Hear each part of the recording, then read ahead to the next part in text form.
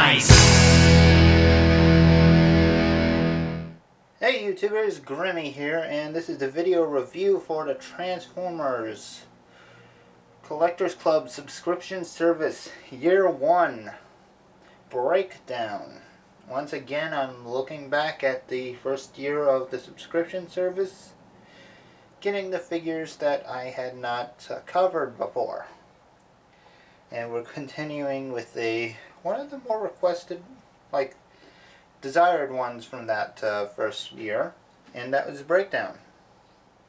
Now, BotCon 2010, they did a G2 style breakdown based on the Sideswipe and Sunstreaker mold. And with that, it had a new head, which was supposedly destroyed after BotCon, but come 2013, it turns out it wasn't destroyed and was reused in a more G1 accurate breakdown figure, which is what we have here. Now, we won't be covering the head till we get to robot mode, but we should at least take a look and see how the vehicle mode looks. As you can see, he's kind of Lamborghini-like car. Not exactly, but looks pretty good.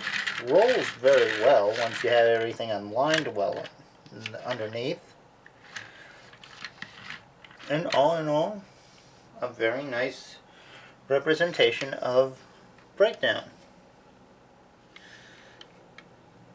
You got a nice amount of paint apps. Even the tail lights are picked out very coolly. I like it. Got the little Decepticon symbol tampoed to the left of the red hood piece. Very G1 styled. And you have painted hubcaps. Awesome. And yeah, I like this look. But he has a lot of figures to compare him to. I don't have all of the variations of this mold, but I'll bring out what I can. So, of course, we'll bring out the most obvious two. Universe 2.0 Sunstreaker. And I don't have Universe 2.0 Sideswipe, but I do have Henkei Sideswipe. Same thing, really. Okay. And, of course, this would be painted into Generations Red Alert. It's not even the first time the club has used it, as they also put it with Punch and Counterpunch. So yeah, this mold has gotten a lot of use out of it. Yeah, like I said, there's others too as well. You got the Japanese versions of Sunstreaker and Red Alert, the US version of Sideswipe. You got G2 Colors Breakdown. There are a lot of versions of this mold. But these are the ones I got. And there is one more comparison, since Breakdown has actually seen a re-release recently. I'll keep Sunstreaker here, because you'll see why soon enough. Because this is kind of a hint as to what's coming in the future as well. So here's the new Breakdown. As you can see, he's a little bit bigger than the previous version. And the way that the gun is pointed and designed kind of looks like Sunstreaker's and Breakdown's engine block. So we all know this is going to be repainted into Sunstreaker. So I guess we get a hint of what it's going to look like in the future, and how the old will compare to the new. But that's enough about the speculations of the future. Let's get Breakdown here into robot mode and see how he looks there. Okay, now that we have Breakdown in his robot mode, brace yourself, this is going to be very comparison heavy, because there is a lot to compare Breakdown to. But before we get down to that, all in all, I do like this figure. This is a really cool look. This is a good mold, like a non-combining mold for a Breakdown. So if you just want them individually, this is a good way to go. Let's take a look, because he has a custom head, as I mentioned in the vehicle mode. But yeah, he has that block head, which I believe was the same one used in the G2 Breakdown from the 2010 box set. It's pretty cool. Looks good. Love the visor. Love the blocky look of it, and I think it works well for this mold. It's not a pinhead either, so he's actually got a decent sized head. This is good. And the white and blues really do work together well. The color placement is done spectacularly, and the paint apps are wonderful. I love the silver on the chest, kind of reminiscent of that G1 character, since he had a silver chest on the G1 toy. I like the way they had the blue arms, the blue legs, and the white where it needs to be. Now for articulation, he does have a ball jointed head, so you got that nice bit of movement. Ball jointed shoulders, swivels at the hip, biceps, I'm sorry. Ball jointed, not ball jointed, double jointed. Man, what's wrong with my mouth today? Yeah, double jointed elbows. Swivel at the wrist.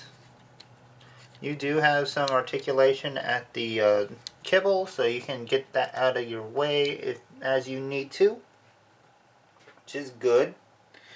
You do have a swivel at the waist. Ball jointed hips. Only go so far just due to the shape of the legs. Got a swivel at the thigh, bend at the knee, 90 degree. Well, just under 90 degree.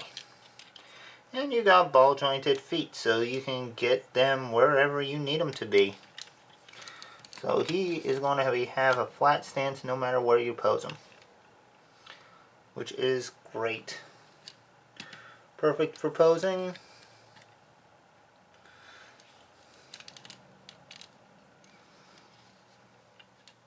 Okay, maybe not a flat stance any pose, but close to. Now for his accessories, he does have the gun, which is this small little gun that fits right in his hand. Just a little pistol. And he does have the engine block, which is common for this mold. Now I like to put it on the back. Kind of just fills in a little bit. I think it looks pretty good, but you can take it off and combine it with the gun. Results vary from mold to like figure to figure with this, but basically you just put the engine block around the gun, makes it bigger, bulkier, maybe a little more intimidating, but it does pop off very easy.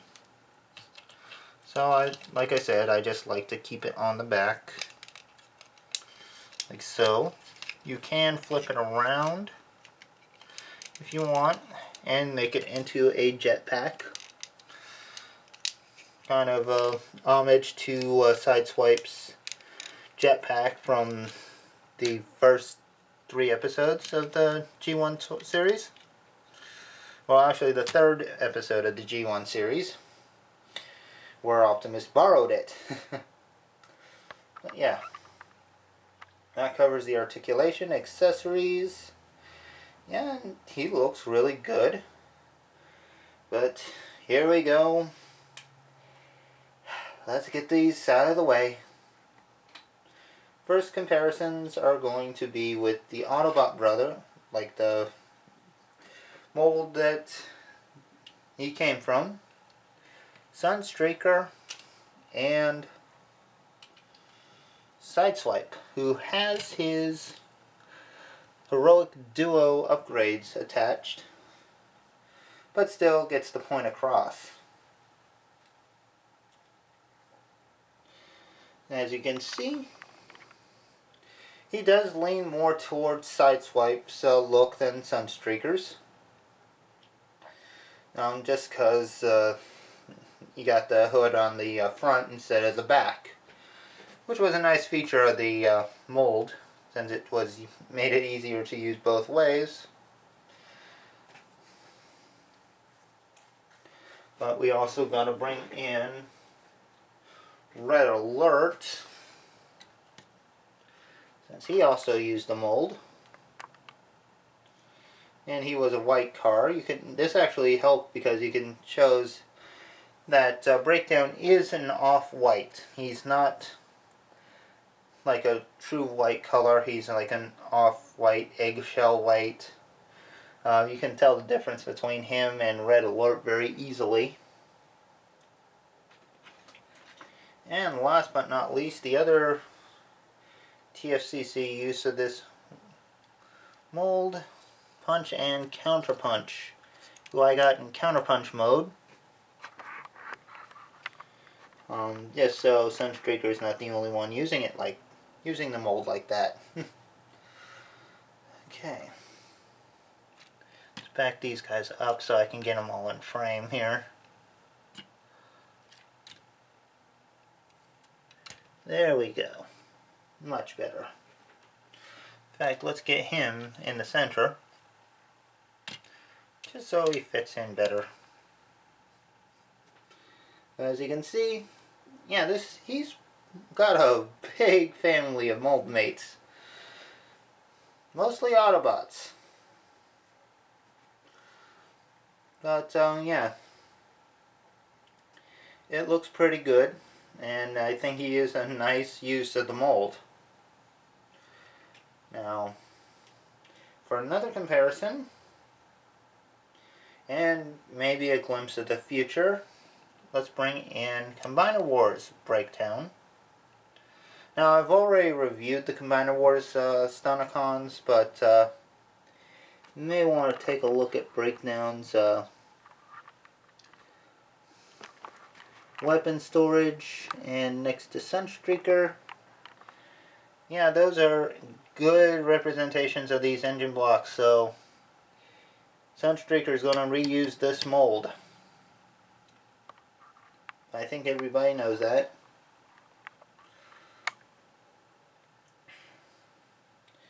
This also helps show the size difference between the Universe 2.0 molds and the new Combiner Wars molds. Now the new ones are a lot shorter. So yeah, that's something to keep in mind. And let's bring in some of the other two Decepticons from the series. Bring in Scourge. Let's get these out of the way. Get these guys out of the way. Get Breakdown out of the way. Yeah, Breakdown out of Breakdown's way. Right, okay. As you can see, you did get a fair amount of Decepticons in the first year of the subscription service. Although, yeah, it's hard to say that Scourge was a Decepticon instead of the Combatrons whatever you want to call them. But in any case, yeah, good to see this group. But that will pretty much wrap up the first year of the Collector Club series, so that's pretty cool. All in all, I think the first year went well. Was definitely a really varied release, because I know everybody went wild for Slipstream and Scourge, and then didn't really care much about the other four. But I think the other four were also worthwhile. Breakdown here was a really nice figure. I loved getting classic Stunticons. Jackpot was pretty cool. Well, let's get these guys in here.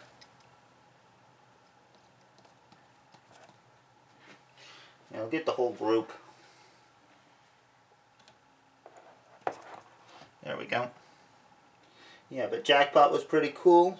Ultra Mammoth, awesome.